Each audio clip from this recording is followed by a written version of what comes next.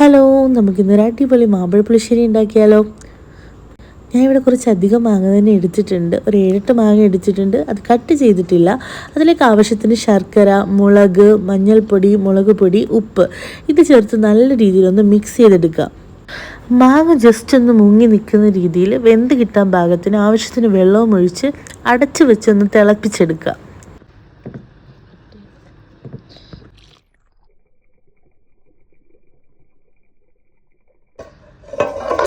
ശേഷം ഒരു മിക്സിയുടെ ജാറിലേക്ക് ആവശ്യത്തിന് തേങ്ങ, മഞ്ഞൾപ്പൊടി, ഇഞ്ചി, വെളുത്തുള്ളി, ചുവന്നുള്ളി, കറിവേപ്പില, ജീരകം ഇത് ചേർത്ത് നന്നായിട്ടൊന്ന് അരച്ചെടുക്കണം. അരച്ചെടുത്ത ആ ഒരു അരപ്പ് നമ്മൾ തിളച്ച് വന്ന മാങ്ങയിലേക്ക് ഒഴിച്ചു കൊടുക്കുക. ആവശ്യത്തിന് വെള്ളവും കൂടി ചേർത്ത് മിക്സ് ചെയ്തെടുക്കുക.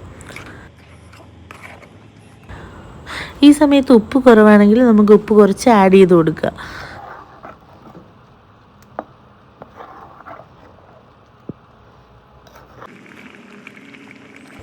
നല്ലപോലെ മാങ്ങയൊന്ന് തിളച്ച് വരണം. കാര്യം നമ്മളിനി തൈരാണ് ആഡ് ചെയ്യുന്നത്. അപ്പോൾ തൈര് ആഡ് ചെയ്ത് കഴിഞ്ഞാൽ നമ്മളിത് തിളപ്പിക്കില്ല. ഞാനിവിടെ മിൽമയുടെ 2 പാക്കറ്റ് കട്ടത്തൈരാണ് എടുത്തിരിക്കുന്നത്. ആ 2 പാക്കറ്റ് തൈര് ഞാൻ അതിലേക്ക് ഒഴിച്ചതിന് ശേഷം തീ ഓഫ് ചെയ്തു. ശേഷം നമുക്കിനി കടുക് താളിക്കണം.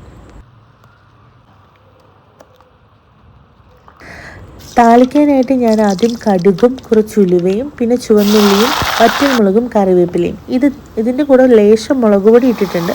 എന്നിട്ട് അത് താളിച്ചതിന് ശേഷം നേരത്തെ നമ്മൾ ഓഫാക്കി വെച്ചേക്കുന്ന മാമ്പഴ പുളിശ്ശേരിയിലേക്ക് നമ്മൾ ഒഴിച്ചു കൊടുക്കുക. ഇത്രയേ ഉള്ളൂ.